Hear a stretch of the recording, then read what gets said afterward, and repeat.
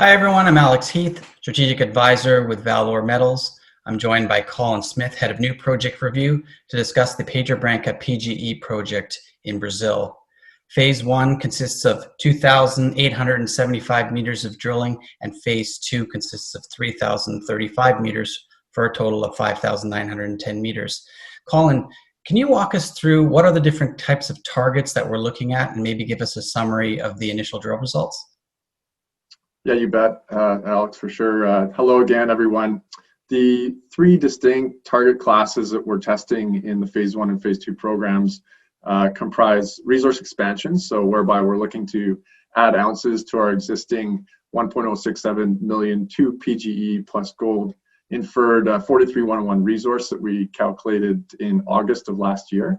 The second style of target is new discovery, so these are undrilled targets which we have developed as ValOre and have never been drilled before. And the third of which is target advancement, which are historically drilled targets, which had historical intercepts with PGEs and gold. However, they were never followed up upon. And so we've refined the targeting through our 3D modeling, and we'll be drilling those as well. So the first target which we look to test, you can see on the map here, is the Trapia target. It is located in the far south of the project area. The yellow dots are all the Phase 1 drill holes, and the blue dots are the Phase 2 planned drill holes. The existing 43101 PGE deposits are denoted in the red stars here. And as you can see, Trapia is actually an aggregate of 3 deposits within about a 2-kilometer radius of each other. And so I'll show you a zoomed in map of that specific target area. So here you see a zoom. This is the exact sort of superficial expression of the 3D resource solid. The yellow dots are holes that we've drilled in Phase 1 this year. The black and white dots, those are historical drill holes. And what you're seeing here is the approximately kilometer-long 3D magnetic inversion isoshell. So it's a large mag target, which is actually rooted right in the resource in the north, and it provided a nice constraint for drill hole targeting in the southern extent, the southern strike extent of this resource expansion target.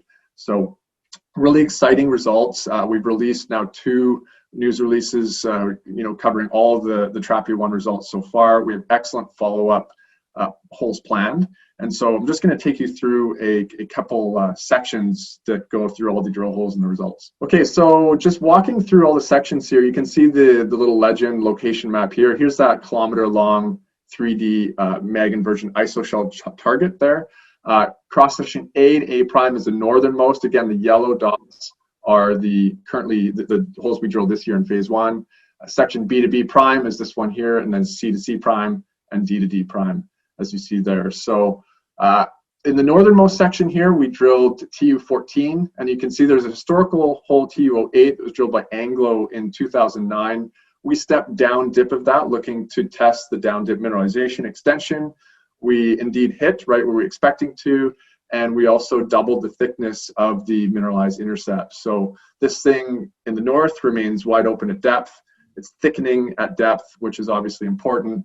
And let's step a little bit further south down the resource area and see what happened in B to B prime, which is over here. So we drilled the TU10 drill hole and TU12. TU06 was historical, drilled by Anglo in 04. And so what we looked to target in TU10 was the up dip extension. So we hit from surface down to about 52 meters, really nice grades in that section. And effectively that'll bring the mineralization right to surface and should add ounces to the resource there. Now we stepped also to the east and drilled the down dip potential east of the TU06 drill hole, which you see here.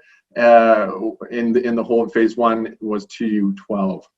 We hit over 100 meters of mineralized intercept. So again, we're thickening the resource body. We're still wide open at depth. So if you connect the dots from A to A prime to B prime across the full breadth of the resource, A, this thing is fully open at depth from top to bottom, and B, this thing is thickening with depth from top to bottom. As you can see in A to A prime and B to B prime, both are thickening. So that's excellent. I just have a question about C prime and D prime.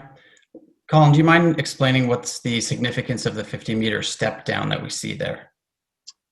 Yeah, you bet. It's significant for us from a structural and geological modeling point of view, and really it's opened up the prospectivity of TU11 again. TU11 was the second hole we drilled, so it was kind of the early stages of us developing our understanding of the structure and the geological model of the target area south of the resource specifically. So make sure you recall that these were true resource expansion holes up here. C to C prime and D to D prime, these are stepping south down this totally untested kilometer-long mag isoshell target. So what we started to notice that as we drilled, TU10, TU11, TU12, and in particular TU13 and 14, was that there was a marker unit, a really distinct geological unit. It was an ultramafic derived unit, so it did really stand out in relation to the more felsic country rocks. It had a fairly distinct mag sus, so the geologists at site did a really great job in identifying this.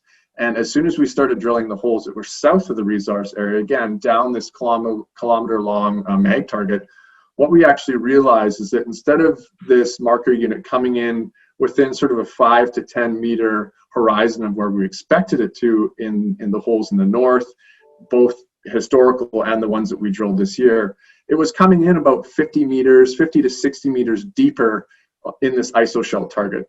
So we got to the planned length of TU13 here, which was right around 215 meters depth.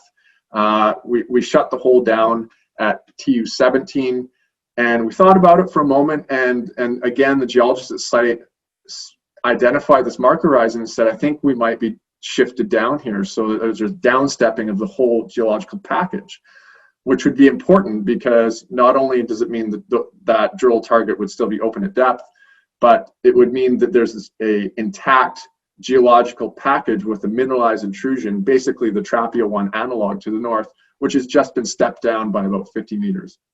So the decision was made to push the hole. Literally in the next run, we drilled into a chromatite reef, which graded in the 20s, I believe. You can see that little high-grade section right there. And we continued to push through an over 60-meter interval of mineralized ultramafic intrusion. So that's important for the context of TU11, which preceded the drilling of these drill holes up to 12 and 13, obviously. And we didn't have that understanding of the structural step down. The geological model was not refined, but now we really believe that this hole was stopped just short of that mineralized intrusion. So this is among many high priority targets that we're going to be looking to re-drill and also new proposed holes that we're going to be looking to extend the Trapia 1 follow-up program at the end of phase 1. So to take you through the excitement and the sort of the potential that we've built in Trapia 1, not only is this thing completely open at depth from the northern part of the resource all the way to the south, we've also proven in, as you see, A and A prime and B and B prime, that this thing is thickening with depth. So if we step to the west, we expect to hit a broader mineralized zone than we've even seen in the holes from this year. Same goes with C. As I said before, C to C prime, we believe this hole will stop short. So the first thing we're going to do at the end of phase 1 is revisit TU11, push that hole deeper, just like we did TU13, and look to potentially intercept this predicted mineralized intrusion that's just below the current end of hole depth in TU11. Further to that, we have a kilometer of strike length, which we now believe to be highly prospective. We hit over 60 meters of mineralized intrusion. So, the priority there is to test this thing along strike and prove that there is indeed strike potential and strike continuity with the resource potential in the south along this isoshell. And further to that, we're going to be looking to step to the west of TU13 and bring these PGEs closer to surface. So very exciting times at Trapia 1, and I'll send it back to you, Alex. Great. Thanks, Colin. Yeah, very exciting. Look forward to more results as we continue the phase 1 drill program. If anyone has any questions about Pedra Branca or about ValOre Metals, send us an email at contact@valormetals.com. Thanks for watching.